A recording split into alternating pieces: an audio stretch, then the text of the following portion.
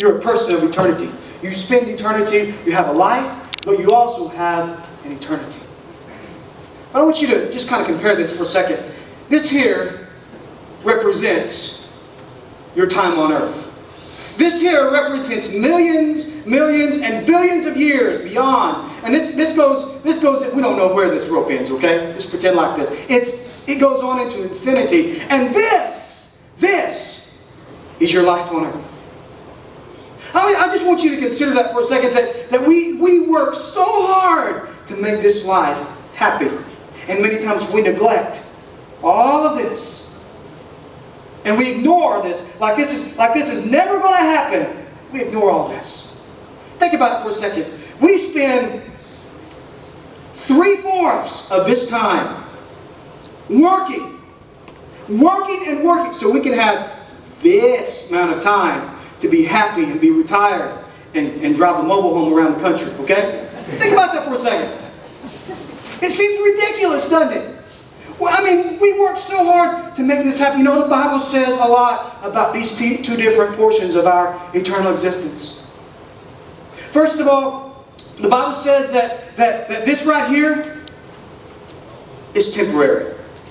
But this is eternal. You understand? This is temporary. It says that this is a vapor. It's here today and it's gone. But this lives on forever. The Bible says that what you do here determines all of this. This little space in time, what you do here matters in all of this time. Millions and millions and millions and millions of years. The Bible says that what you invest here determines your reward here. In fact, how you serve and what you do for the kingdom invests in all of this. The Bible says that when you give right here, when you give to kingdom's cause, and when you give to ministry, and when you give to the poor, it matters. And the Bible says that you're storing up treasure for all of this. You think you're just giving to help kids. When you give to Bikes for Kids, you think, well, I'm helping them. No, you're not just doing that. Because the Bible says when you give to the poor, you're lending to God. And one of these days it's going to pay up. Yeah, God's going to bless you in this life for the way you give and for the way you serve. Yeah, it's going to be returned in this life. But you're storing up treasure for all of these years that you're going to serve.